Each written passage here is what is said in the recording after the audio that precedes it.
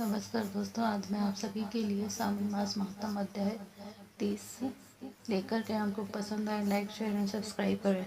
सावन मास महात्म के पाठ एवं श्रवण का फल। ईश्वर बोले, हे संत कुमार, मैंने आपसे सावन मास का कुछ महात्म कहा है। इसके संपूर्ण महात्म का वर्णन सैकड़ों वर्ष में भी नहीं किया जा सकता है। मेरी इस कल्याणी प्रिय सती ने दक्ष के यज्ञ में अपना शरीर दग्ध करके पुनः हिमालय की पुत्री के रूप में जन्म लिया। सावन मास में व्रत करने के कारण यह मुझे पुनः प्राप्त हुई, इसीलिए सावन मुझे प्रियकर है। यह मास न अधिक शीतल होता है, ना ही अधिक उष्ण गर्म होता है। राजा को चाहिए कि सावन मास में श्रोताग्नि से निर्मित श्वेत भस्म से अपने संपूर्ण शरीर को उद्धूलित करके जल से आर्द्र भस्म के द्वारा मस्तक, वक्षस्थल, नाभि, दोनों बाहु, दोनों कोहनी, दोनों कलाई, कंठ, सर और पीठ, इन 12 स्थानों में त्रिपुट धारण करे।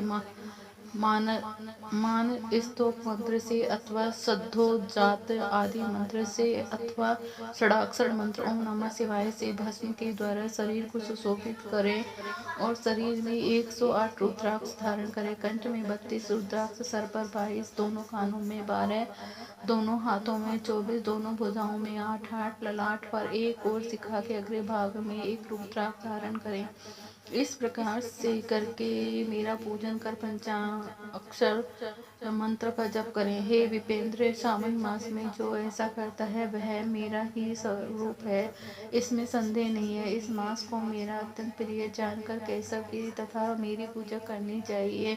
इस मास में मेरी अत्यंत प्रिय तिथि कृष्ण अष्टमी, भारत के पश्चिम प्रदेशों में युगादि तिथि के अनुसार मास का नामकरण होता है। अतः सावन कृष्ण अष्टमी को भाद्रपद अष्टमी समझना चाहिए पड़ती है। उस दिन भगवान श्री हरिदेव के गर्भ से उत्पन्न हुए थे। हे संत कुमार, यह मैंने आपको संक्षेप में बताया है।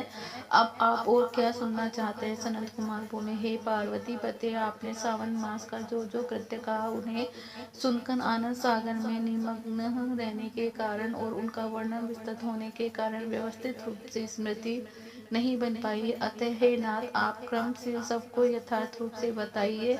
सावधानी से सुनकर मैं भक्ति पूर्वक उन्हें धारण करूंगा। ईश्वर बोले, हे सनत कुमार, सावन मास की शुभ अनुक्रमणिका को आप सावधान होकर सुनिए। सर्वप्रथम शौनक का प्रश्न, तत्पश्चात सूर्य का उत्तर, श्रोता के गुण, आपके प्रश्न, श्रावण की भी उत्पत्ति ही, उसकी स्तुति ही, पुनः हे मुनि आपका विस्तृत प्रश्न, इसके बाद नाम कथन सहित आपके द्वारा की गई मेरी स्तुति, फिर क्रम से उद्देश्य पूर्वक मेरा उत्तर, पुनः आपका विशेष प्रश्न, उसके बाद नत व्रत की विधि, रुद्राभिषेक कथन, इसके बाद लक्ष्मी पूजा विधि, दीप दान, फिर किसी प्रिय वस्तु का परित्याग, पुनः रुद्राभिषेक करने तथा पंचामृत ग्रहण करने से प्राप्त होने वाला फल, इसके बाद पृथ्वी पर शयन करने तथा मौन व्रत धारण करने का फल, तत्पश्चात मास उपवास में धारण पारण की विधि, इसके बाद सोमाख्यान में लक्ष्य रुद्रवती विधि, पुनः कोटिलिंग विधान, इसके बाद अनोदन नामक व्रत कहा गया। इस व्रत के में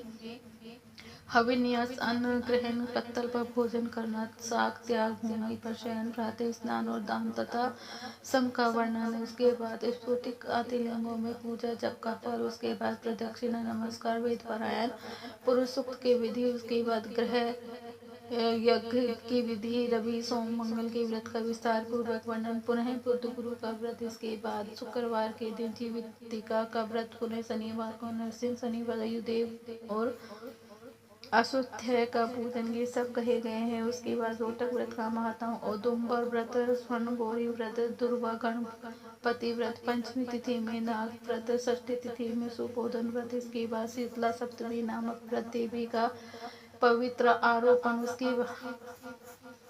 इसके बाद दुर्गा कुमारी की पूजा, आशा व्रत, उसके बाद दोनों एकादशियों का व्रत, पुनः श्रीहरि का पवित्र रोपण, पुनः त्रयोदशी तिथि कामदेव की पूजा, उसके बाद शिव जी का पवित्र धारण, पुनः उपाकर्म, उत्सर्जन तथा श्रवणाकर्म, इसका वर्णन किया गया है। इसके बाद सर्पबलि, ये ग्रीव जन्मोत्सव, सभादीप, रक्षाबंधन, संकट नाशन व्रत, कृष्ण जन्माष्टमी व्रत तथा उसकी कथा, पिठोर नामक व्रत, पोला नामक प्रतिकुश ग्रह नदियों का रजोधर्म सिंह संक्रमण से में रूप है, सब होने पर उनकी शांति करके सिंह संक्रमण काल में तथा सावन मास में दान स्नान महात्म श्रवण, उसके बाद वाचक पूजा, उसके बाद अगस्त्य विधि, फिर कर्मों तथा व्रतों के काल का निर्णय बताया गया है।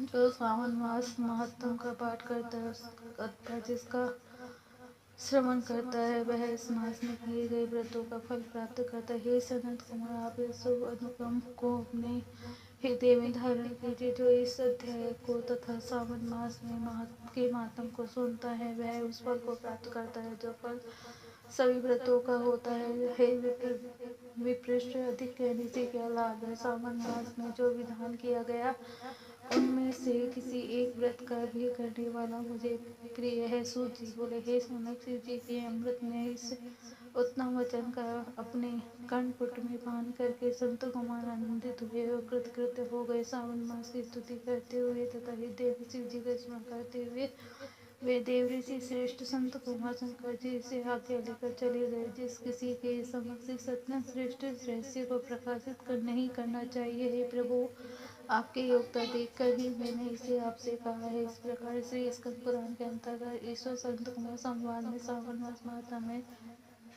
अनुकर्मणी का कथन नामक 30वां अध्याय। श्री शिवाय नमस्तुभ्यं, श्री शिवाय नमस्तुभ्यं, श्री शिवाय नमस्तुभ्यं।